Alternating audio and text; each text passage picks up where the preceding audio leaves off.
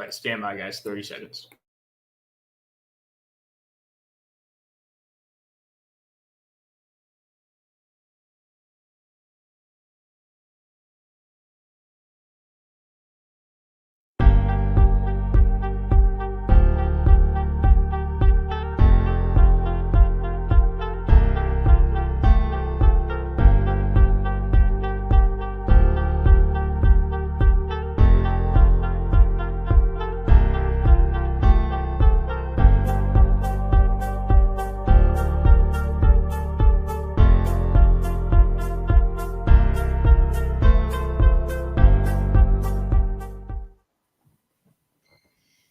Yo, what's going on, everybody? Welcome to the Stokastic.com NFL strategy show. Taking a different approach today. You know, all week long, we do matchups.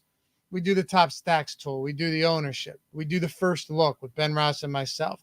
Tomorrow, you've got the tournament strategy with Ben Rasa, or with Greg and Neil. You got the live before lock, 3 hours on Sunday. Today, we do things differently. We take a look at the contest generator, the pre-contest sim, see what type of results we're getting. Apologies for being late, by the way. The reason is that we're trying to figure out a different platform to do this with, so it's easier for you guys to see everything. It's easier to screen share. So it took a little while, but we're here, and this will be a better viewing experience for you guys in the long run anyway. So anyway, Dave Loughran, Alofi_D on the X, LOUGHY_D. Ooh, man, yet last night's game had me fired up. Joining me, Greg Ehrenberg at Ehrenberg DFS. What's up, man? Yeah, and that was very nice of you to say, but the real reason is Neil had used the bathroom before we started, so we ended up having to push the show back a little bit. I know he's not here, so it might be confusing people, but that's what happened. Neil had to take a shit, which he does pretty customarily before shows, so we started late. Yeah, we'll be okay, though. We already ran some of these sims, getting some interesting results. I will say, a lot of times you run them and you go, I'm not particularly pleased, but I'm going to – thanks, Maxwell. Appreciate you. I'm not exactly pleased, but I'm going to run these anyway because I'm going to trust these tools. And, you know, when you're trying to win these huge tournaments, even the single entry tournaments aren't small, right? You got like $400,000 single entry or 3-max contests. They're not exactly tiny, mid stakes.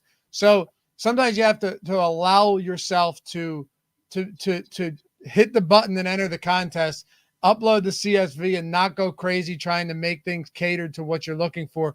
But I will say, out of the gate, I kind of love some of the results that we got, and we're going to take a look at them because it might be, hey, great quarterback, great stack, but it's just stacked differently than the field is expected to do.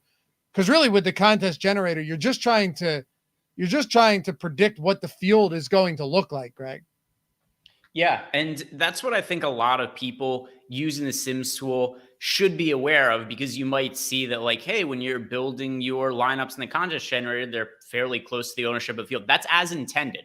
That's what you want it to be doing. And then when you upload it into the Sims tool, it better lets the top plays on the slate really get sorted towards the top. So that's what the goal is when you're building lineups, to simulate them in our contest simulation tools. You want to build a set of lineups that's trying to mirror what the field is doing. And that is how our contest generator is set up, is to build lineups that mirror it in totality, from the amount of the field, how much stacking they're doing in terms of what kind of stacks. If you don't press any buttons and you just let the tool run with the default settings, it is set up to try to optimize to create a set of lineups that's mirroring the field. For sure. And if you guys want to check it out, not just the Sims tool or the contest generator, which are changing the game from a DFS standpoint. There's no surprise that a lot of pro players were not happy when these tools were released. I don't think that's any coincidence. It's 15% off the Sims Max package, which allows you to generate up to 10,000 lineups.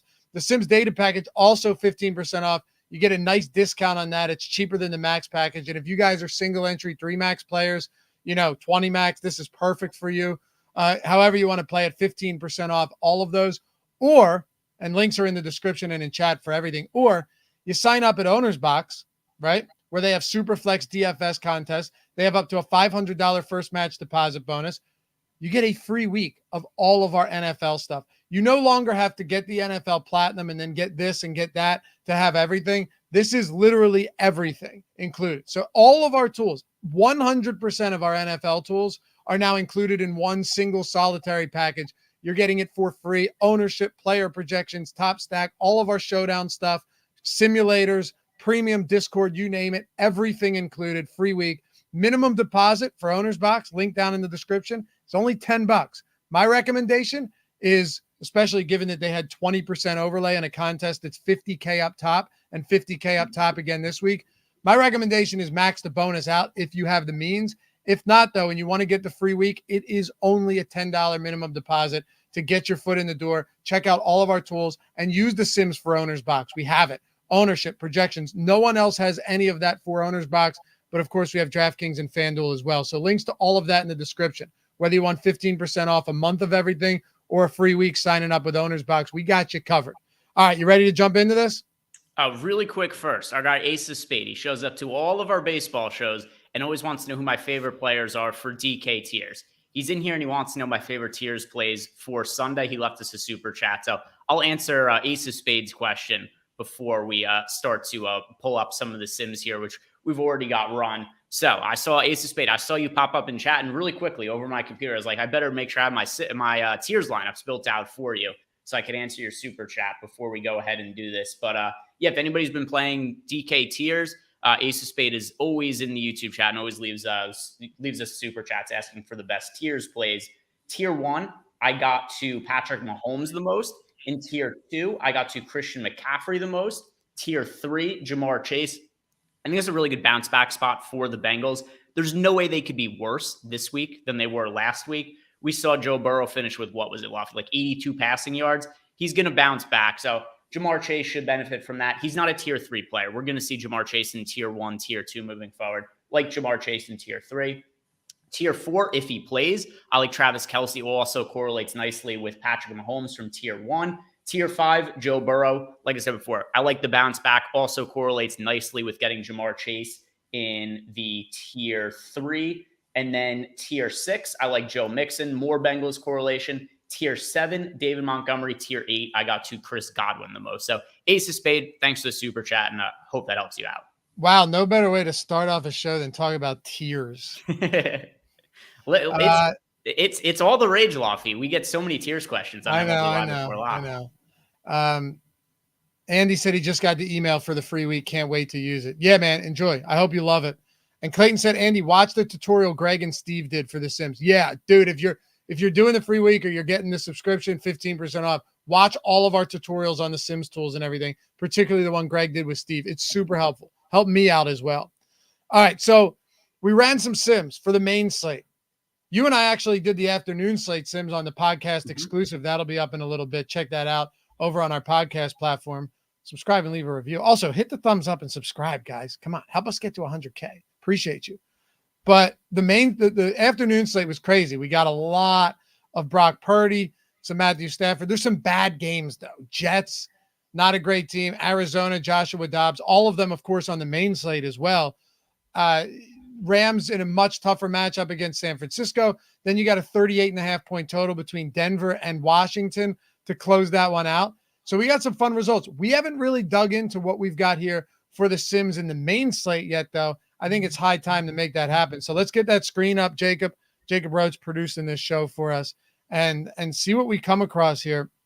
So let's do this first before we get into anything else. Let's take a look at exposures and not stack exposures. So let's go to, don't even bother with stack exposures yet.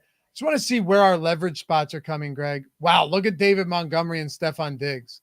Yeah, get into a lot of those guys. And then also one thing that we should note here is that we had Travis Kelce out of our projections, and he's actually getting added back in at the moment as we are speaking. So a lot of uncertainty with Travis Kelce. We don't know whether he's playing, whether he's not playing, and we've kind of gone back and forth taking him in and out of our projections. Right now, though, for the purpose of this build, we have Travis Kelce out, which is why you're seeing guys like Sky Moore and then Noah Gray also towards the bottom of the screen here as highly exposed players. But like you mentioned, Lofty, the two players that are going to be popular, we're getting to a bunch of them. David Montgomery, he is showing up in a bunch of lineups. About 3/4 of our lineups have Montgomery. Stephon Diggs is in about half our lineups. Deebo Samuel as well is in half of our lineups. So as of right now, these are the core plays that our Sims tool was pointing out as being the go-to guys on the slate. You know, I'll tell you, I have no issues with this, looking at a couple of things that distinctly stand out to me. The first one being the San Francisco 49ers are a fantastic team. And Brock Purdy may be more than a game manager at this point, right? Like he may legitimately be more than a game manager. It certainly feels that way. You have Ayuk, Debo, Kittle, a lot of these guys, they're all getting some ownership, but Purdy's only coming in around 5%. I wonder if that's why our Sims tool is jamming Purdy, or at least not even jamming Purdy, but what, 8% Brock Purdy, that's above the field. It actually looks like I really thought we'd have more Purdy than that. So I was actually looking at my own screen. I forgot they were different Sims.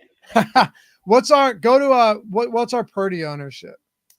Probably the easiest way is, Jacob, you click on the ROI boost, you could just type in Purdy's name. But yeah, this works too. Or filters, you can type in his name too. Yeah. So Brock Purdy. Oh, I was right. Accidentally. Yeah. So maybe accidentally, but you did come away with the right answer to the test. Yep. So it actually looks like then where the real leverage is coming from is us just getting a ton of single pieces of San Francisco instead of a lot of stacks. Yeah. And then really quick, could you actually click on our top projected lineups? I want to see how many of our top projected ones were actually 49er stacks, or maybe if we could find out from the lineup stat, like what our overall top. Oh, there's one right there, actually. A triple stack. Go back and then flick that back up, Jacob. Just by the simulated ROI. Yeah, here we got it. So if you see right here, Brock Purdy, we've got him with McCaffrey, Ayuk, and with Debo Samuel. So it is our third highest projected ROI lineup. It is actually a triple stack with Brock Purdy. And you'll see a lot of that on the afternoon slate too, because we just went over that. The highest one is a Mahomes double stack with Sky Moore and Noah Gray. Of course, if Kelsey plays, all of this changes, but it's given us a good idea of what is giving us good leverage in a spot like this. There are some injuries to speak of too. DeAndre Hopkins didn't practice Wednesday or Thursday. Aaron Jones, I mentioned to Eric yesterday that the few guys that I thought were not going to play specifically were Aaron Jones and Christian Watson. I don't think they're going to play. I could be completely wrong, but I would be surprised. I don't think Eckler's going to play either. I don't think Eckler plays. He didn't practice Wednesday or Thursday. So this will change a lot. You're going to get a popular Joshua Kelly. You'll probably get a popular A.J. Dillon, even though I'm not a huge fan of that in this particular matchup. And then Treylon Burks might just be somebody that you end up getting a lot of in the event that Hopkins is out. Burks is 4,500. He was underwhelming last game, scarcely targeted. Hopkins had a 38% target share, but it might be the Chigokonkwo and Treylon Burks show against a Chargers team that can put up some points on the other side. And it's funny too, because Loughran, I know you were doing a best ball for the season started. And what ended up happening down the last, month or so of best ball drafts is we had actually seen, because of the injury to Treylon Burks in the preseason, as well as DeAndre Hopkins signing with the Titans, we saw Hopkins start to kind of get picked a little bit earlier in drafts, and Burks' ADP was falling to like well past 100. And now we're getting to a spot where all of a sudden, like, hey, people might want to play Treylon Burks in week 2 of DFS, and it becomes a really popular play. And yeah, it would certainly make sense if there's no Hopkins there, because we saw Tannehill in week 1 was really heavily targeting DeAndre Hopkins. If that's not going to be an option for him, where do the targets go? You'd have to think it goes to Okonkwo and to Treylon Burks. You would think so, for sure. And they're going to have to throw. It probably makes Derrick Henry even more interesting. Who knows? Maybe these Sims start spitting out some Tajay Spears too, if he's low owned. He played 54% of snaps. He was used as the pass catching back. If Hopkins is out, they're going to have a dearth of options in the passing game. Not much at all working for them there. Maybe Spears at his price point gets some ownership, or pops up in the Sims a little bit at 4,600. I kind of hope he doesn't, but let's go to exposures and then toggle on to stacks for us, Jacob. All right. So go to, QB +1 and just go top down on that. Oh, wow. I don't mind that at all. If Trevor Lawrence in a 51-point total game, I'll tell you what I hate. Zach Wilson. Yeah. Yeah. I wonder who it is that we're getting with Zach Wilson as a pass catcher. it can't be Garrett Wilson, can it? I don't know. Check out the lineups tab again, Jacob. I'm curious just to see if we could scroll down, find some Jets lineups, and see Just who it filter is. and then go to Jets. Yeah, I was wondering if there was anyone towards the top. Go to columns. Let's see here. Is that not dropping? No, it should be. That's odd. All right. Well, you would honestly think that it has to be Garrett Wilson, right? Go to just do NYJ, not Jets. All right, take a guess. Who do you think it's going to be? I have no clue. That's just going to be all Jets defense. So yeah, like I would think it has to be Wilson that's showing up. It has to be Garrett Wilson that's showing up with them. I would think anyway. Yeah. That's just going to be a lot of Zach and I don't know. Oh, hold on. Here we go. Let's see. These aren't sorted by ROI or anything. These are just like random Jets lineups now. Yeah, true. Well, we can sort. Yeah. All I know is that it's probably Garrett Wilson. It is. Everywhere I'm seeing it's a lot of Garrett Wilson. By the way, friend of the show in the YouTube chat, Nick the Picker, left us a super chat. Said, "What's up, nerds? What's up, buddy? What's up, I saw you tried to call me, Nick. Sorry, I'm doing this, so I couldn't pick up. But maybe some Alan Lazard as well. Probably some Alan Lazard. I don't know. I'm not a big fan by any stretch of. Go to columns and go to. I'm not a fan of Zach Wilson stacks. I don't know, man. Maybe I just have to trust it, but and especially if you're playing a lot of lineups. But how the hell does he operate? yeah, I mean, where are you at on that? Probably not keen on playing Zach Wilson. Go to the left and sort the lineups by simulated ROI, Jacob. All the way to the left, sim ROI by positive. And yeah, I mean, at least of these lineups, our top projected Zach Wilson lineup was, well, now this is our worst Zach. Well, this is funny. We can look at what the worst Zach Wilson lineup is, which the best one, though, Zach Wilson with Alan Lazard is the stack he's with there. Here, let's see. Yeah, I'm not getting a lot of Garrett Wilson on my side. So we'll see. But ultimately, if we go back to exposures and just go to stacks, I think mostly what I'm seeing doesn't bother me at all because you have Patrick Mahomes. Go to QB +2. I'm assuming it's a ton of Josh Allen. 8% Josh Allen. So look how much Josh Allen exposure you're getting to in stacks from the 1, 2, and +3 wide receiver, tight end, running back. 8.5-point favorites, big total against Vegas. A lot of people are down on this team. I think there's a possibility that they could step things back up. Joe Burrow against Baltimore, a banged up Baltimore defense too. They lost some players, not just on offense, but on defense. Pay attention to that offensive line. They could be down 2 starters. They're already down Dobbins. They just lost a top safety. Things don't look great over there. Mahomes about 8-9% total ownership going there, 8.5%. Little Baker Mayfield, Brock Purdy. Are there any quarterbacks that you look at that we don't have that you would like to have more of? Like, is there any? Because obviously, if you're looking at this on a Friday, you're just going to trust the tools because they're providing leverage in large field contests. And if you want to do it differently, guys, you can just run it like if you're in a 1,000 player contest, just generate 1,000, not 10,000. You'll get less crazy lineups, less 3-man stacks and stuff like that. But are there any other stacks that you look at and you're not seeing that you wish you did or that stand out to you as just super heavily exposed? So one thing to point out about this slate is that we have a lot of the top end quarterbacks that I think are going under own that we're getting a bunch of exposure to here. So if you look at like our most rostered QB +2 stacks, I really do like these builds because of these quarterbacks, Lofty.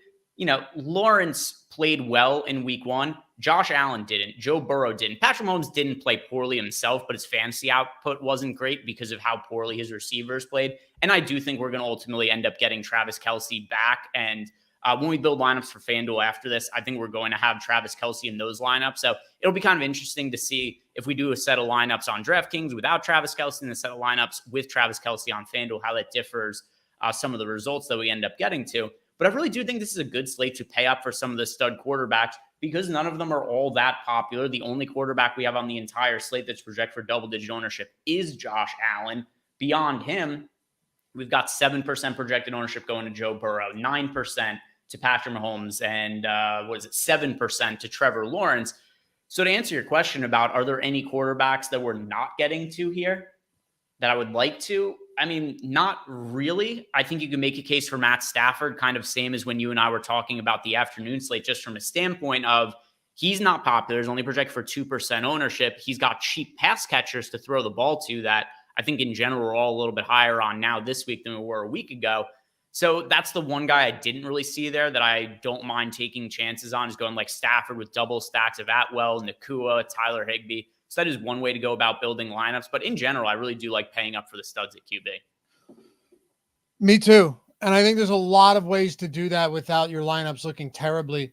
Jacob, let's do this. This is where things get interesting. All right. So stay in exposures, but get out of stack exposures.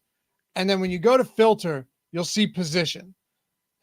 Go by position and then contains QB. And then we'll go down the list of these guys. Let's see what our exposures look like and how this leverage plays out. So go to exposure. One more.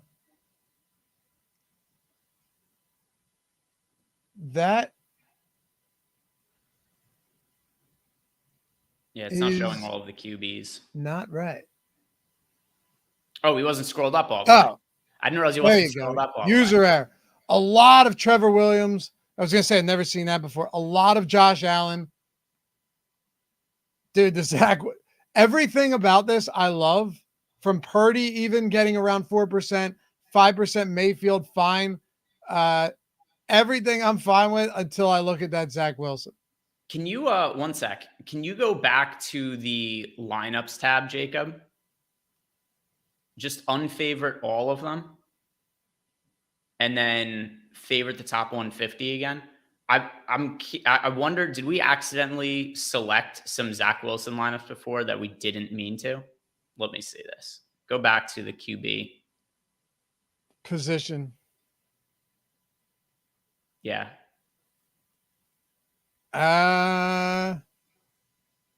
Yeah.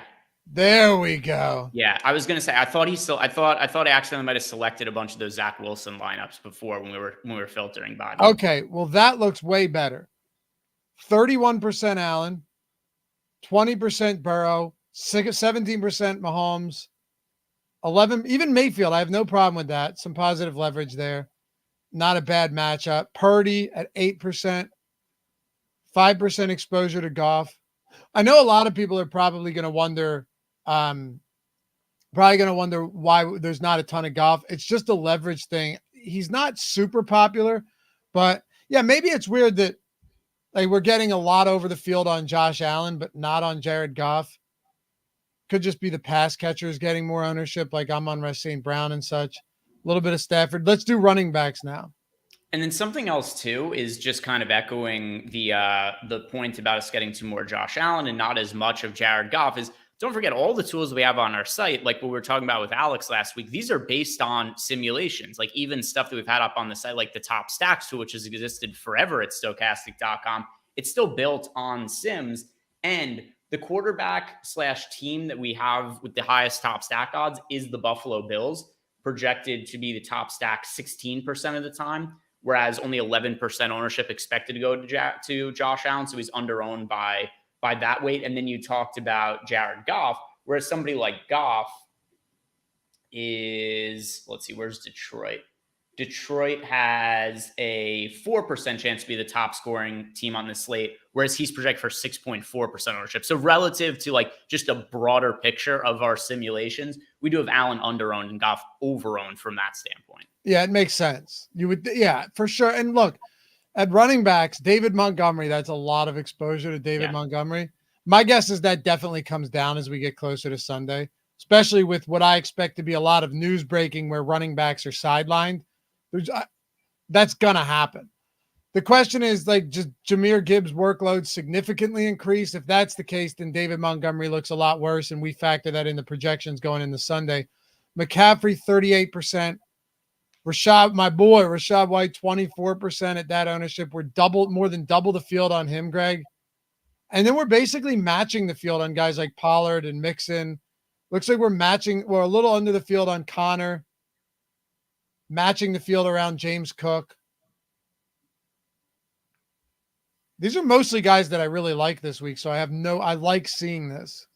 Yeah, it's just right now a lot of our running back exposure behind Montgomery is spread out because Montgomery is projecting so well for us. But a lot of that is also because he played such a bulk of the workload in week 1, whereas Jahmyr Gibbs didn't. Gibbs, as we get more and more reports that Gibbs is expected to take on a bigger role in week 2, I do think it's something that by the weekend and probably even by tomorrow when I do the tournament strategy show with Neil, I think there's a pretty good chance our projection will come down a little bit on Montgomery and go up a little bit on Gibbs, which just naturally is going to change the amount of exposure we get to him when we're running lineups through the Sims. Yeah, no question. And the only one that worries me, but I get why it's happening because there are a lot of good running backs and we're getting a ton of Christian McCaffrey, which is always a good thing, is getting 2% Saquon Barkley.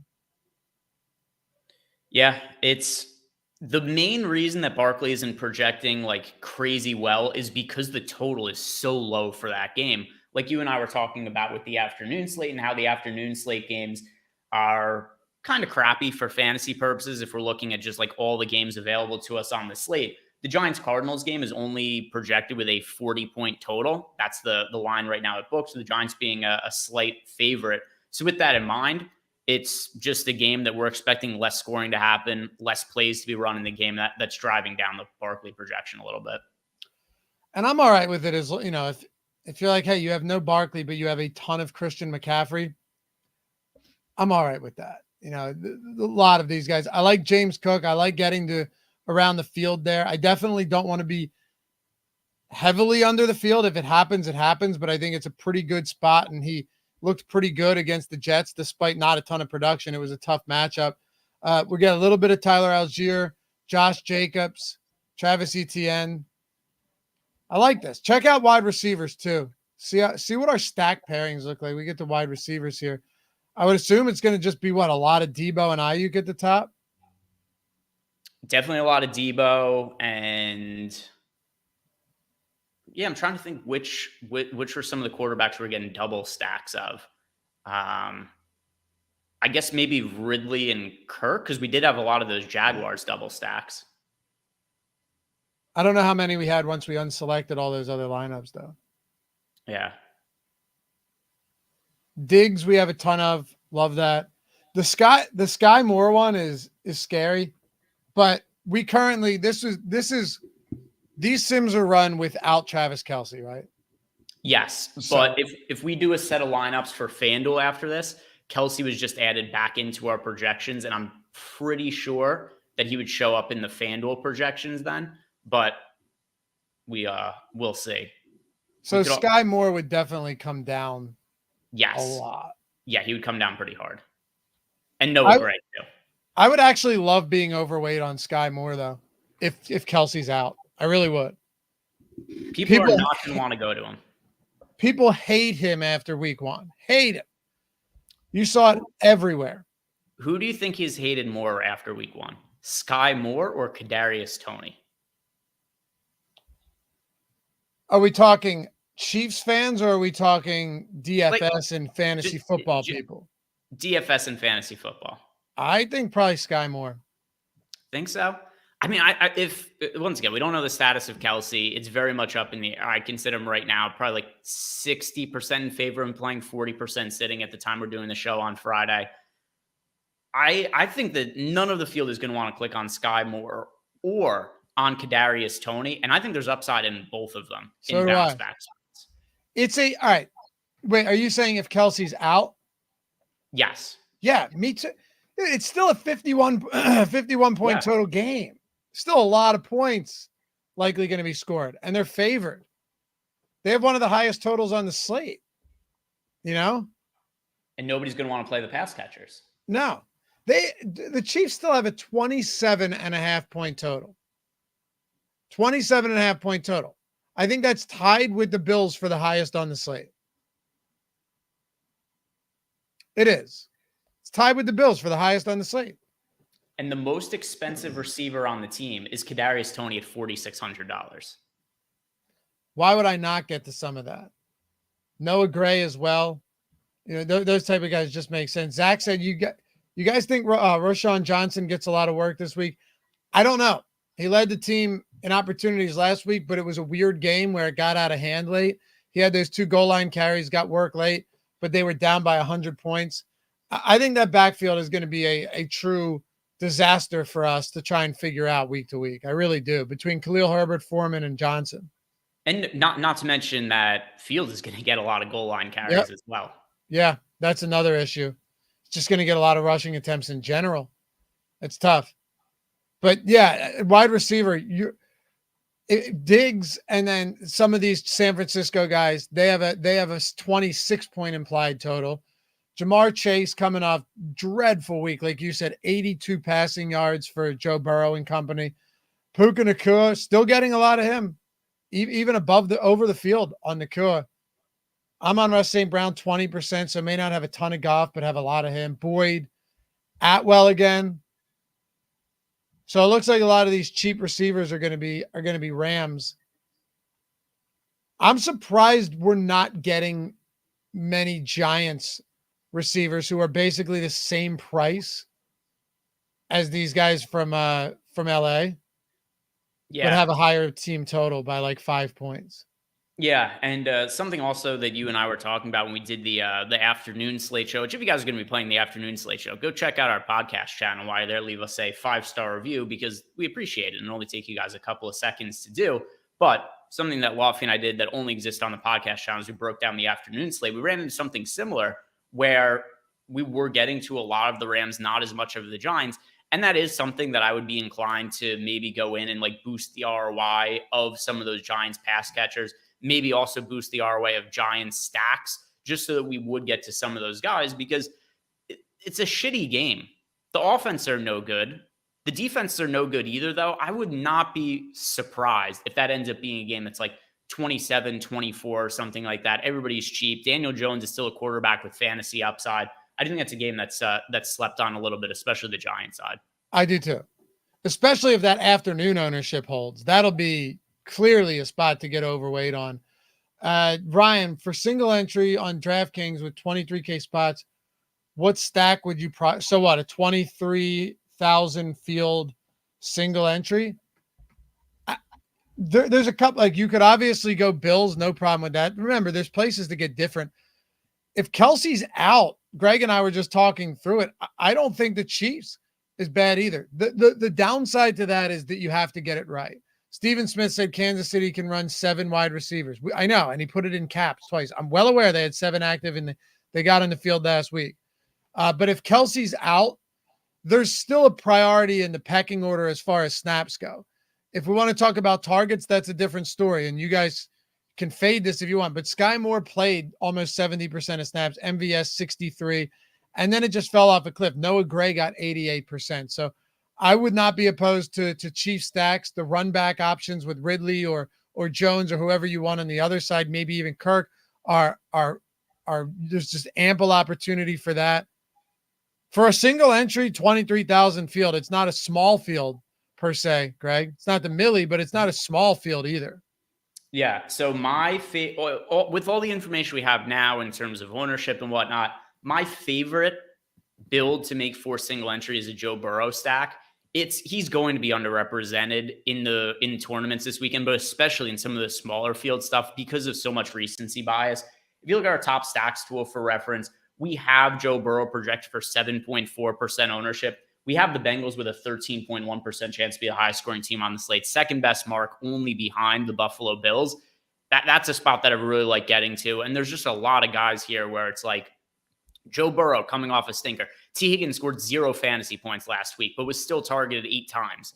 So I do think that there's going to be a massively undervalued Cincinnati Bengals angle to look at for this slate. And I really do like it for single entry. Yep. And yeah, Stephen Rice scored the Chiefs' first touchdown of the season, but he only played 20 snaps. So once you get down to those guys like Tony was on the field only 25% of the time. He played less than Justin Watson, Rashee Rice, Richie James, MVS, Sky Moore. That is odd. That's why I like Sky Moore. If Kelsey's out, I think you could get more opportunities. Just because he didn't have it in week 1 doesn't mean it can't happen again in week 2. Noah Gray played 88% of snaps, was targeted a decent amount. Let's take a look at tight ends, actually, Jacob, now that we're talking about Noah Gray here.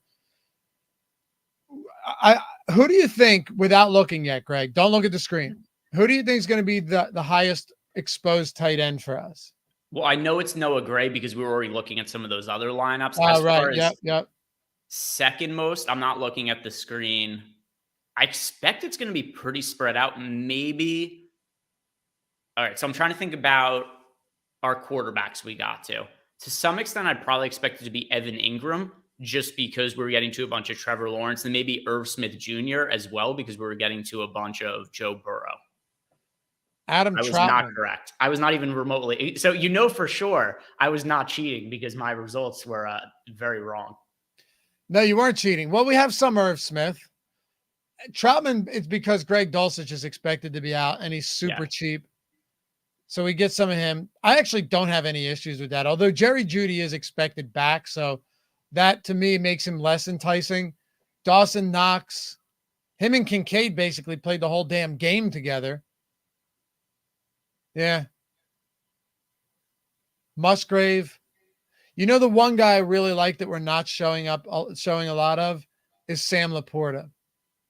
Yeah, Laporta looked good in week 1 for the Lions. And, whenever you get somebody who a team spends a decent amount of draft capital on, it stands to reason that they're going to end up playing a pretty big role. Now, with that said, it's not like the Lions went out and prioritized getting Jahmyr Gibbs touches in week 1. As the season goes on, I do think we see more and more touches for Gibbs, but Laporta was somebody who they definitely prioritized getting touches to in the offense. And my takeaway from week 1, tell me if you disagree with this, Lofty. If you ask me which pass catchers are going to have the highest target share for the Lions this year, it's very clearly Amon-Ra St. Brown, number 1. I'd go with Laporta, number 2, after what we saw in week 1. So would I. He's a rookie who played his first game ever, was on the field a lot. I think he was on the field for 73% of snaps, whatever I mentioned yesterday. That's a lot. 83% of snaps, ran a route on 73% of dropbacks. And Greg, he didn't do anything stellar, but every pass that was thrown to him, 17% target share, he caught. So that's going to build your rapport a lot quicker with a quarterback when you're a rookie tight end. Yeah, and they're clearly high on him. They wouldn't have spent, a high draft pick on him if they did not think he was a good player. Same with somebody like Jahmyr Gibbs, like I mentioned before. So I think Laporta definitely makes some sense in lineups that are going to contain Jared Goff. Yeah, he said that Laffy loves Sammy. It's more so just the tight end position mostly stinks, especially if Kelsey and Andrews are still out. You don't have a lot. We saw the winning Millie Maker lineup last week, and some of those massive single entry contests are like 50K up top. One of the main difference makers in those was Hayden Hurst at 2 or 3%. He was in the Millie Maker. He was in the end zone. He was in a lot of those as the winning lineup. Hayden Hurst at tight end at a dirt cheap price point. So yeah, that's one of the reasons I think it's interesting.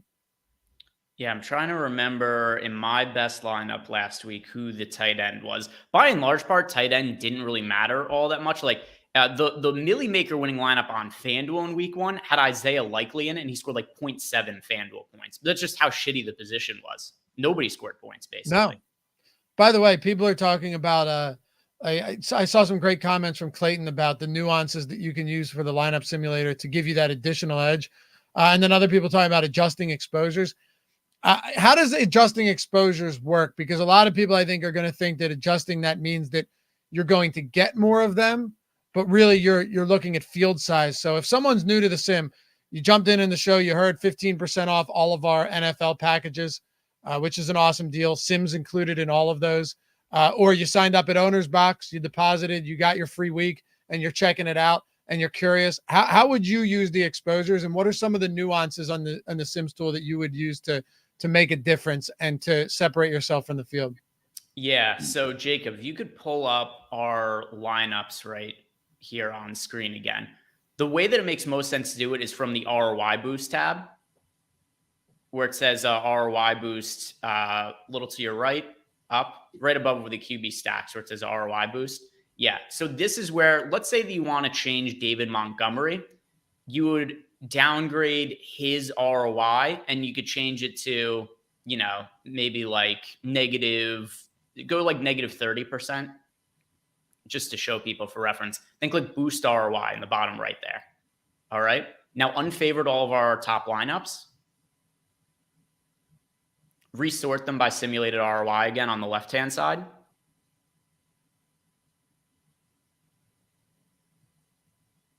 And now favorite the top 150. And now if we go to the exposure, you'll see we're going to get a little bit less exposure to David Montgomery now. Before we had him in 74% of lineups, and now he's in 56%.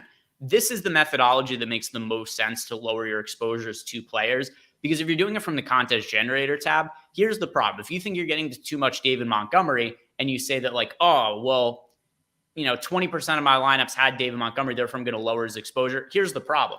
If you do that, then he's going to look drastically underowned when you actually simulate out those lineups. So it's going to inadvertently get you to more of David Montgomery when you actually simulate those lineups. So the best way to make any kind of manual adjustments is after the sim process is already done. And then you do it from the ROI boost tabs there, and you can change team stacks as a whole. You can change individual players. That's the way that you're going to find to not totally upset what the field is doing while also making some of the manual adjustments you want. Right. So the exposure in the contest generator is actually an inverse effect, though. Correct. Yeah. Just want people to know that. It's not like, oh, let me bump exposure to 30 and I should get more. Once you sim it, you'll be getting less because they're showing up as 30% in the field. So, yeah. Worth considering. But the tight end position to me is funny because you're basically, let's say Kelsey and Andrews don't play. Let's just say it's possible because it is possible. I think they're both probably 60-40 to play, maybe like 55-45 for Andrews. But if they don't, you are once again back in a scenario where you look at over this position and you say, all right, who really jumps off the page? The answer, I promise you, is going to be nobody. Like Waller looks good, but I don't know if that hammy is going to affect him. George Kittle's a great player, but they have so many mouths to feed and so many weapons in that offense that, 5,300 is probably reasonable. Who else? Kmet, Pitts. They threw 18 times. Half the targets from Ritter went to the running backs. Everett, Donald Parham was more involved as a pass catcher than Everett last game, even though he ran a few fewer routes, or a few less routes. That's why I bring up guys like Laporta. That's why I think Troutman is fine. That's why if DeAndre Hopkins is out, I'll get to plenty of, I would assume, a decent amount of Chigakonkwo at $3,300. And then Kincaid and Dawson Knox with a high total, both of them on the field. But all of these guys are cheap, Greg. All of them. I would go back to Likely if Andrews is out again. It's somebody who was massive chalk for a reason last week. He didn't perform, but no tight ends really did well last week. You mentioned the Millie making win lineup on DraftKings had Hayden Hurst in the tight end spot. That's also who I had in the tight end spot in my top lineup for last week in the Millie maker. But, how much are we going to ding Isaiah Likely for performing poor last week when every single tight end basically performed poorly? And I think that he'd be a good bounce back tight end a week after he was chalk. And that's obviously only if Mark Andrews is out, but he'd be somebody I'd be prioritizing in that scenario. Agreed. GA007 said play rookie tight ends. Truthfully, I tend to ignore or avoid rookie tight ends, but Laporta was clearly involved a lot. Musgrave was involved a lot. And now my expectation is that Watson and Aaron Jones don't play. Yeah, I mean, usually, Greg, I don't want to play the rookie tight end. And who knows if Romeo Doubs is going to be active with the hamstring. Might actually be a spot to play a couple rookie tight ends at their prices. It's a slate where tight end, we have to see how the injuries break. But I think likely is somebody I would likely have a good amount of exposure to. Beyond him, I'm going to probably be spread out of the tight end spot. It's going to be a hard position to really take stands on. We had a comment earlier, and it was about the Caesars promo that we've got going on. Pretty stoked to see people taking advantage of that because it's just free money. Yeah. And whenever you're getting free money, you should do it. It's the best kind of money, especially because you look at it, it's like, yeah, you're winning a bet without having to win a bet. Even if you lose your bet, you're still a winner that day. It was Prospects ETC said, hey, gents, thanks for the Caesar Sportsbook promo. I'm going to get my $50 bonus bets now. Yeah, you sign up, link in the description and in the chat. Turn your ad blocker off. I have an ad blocker, and once I turned it off, the link worked great. No problems at all. If you don't have one, no big deal. You bet 50. You sign up, you deposit. It takes a couple minutes. They verify you deposit. You bet 50. And if you win or lose, doesn't matter. You're getting $250 in bonus bets. 5 individual $50 bets. That's a huge bonus just for signing up on a site that you should be doing already because you want to give yourself an opportunity to have multiple accounts at as many books as possible. Like, how about yesterday? What a better example than this. I did the video on my picks for every game video, Greg, on Wednesday on the Odd Shopper channel. Come hit us up, please, and check those videos out. And I was like, listen, I'm taking the Eagles here, but only on Caesars where it's at -6, 6.5 at the time everywhere else. At the end of the day, that bet pushed.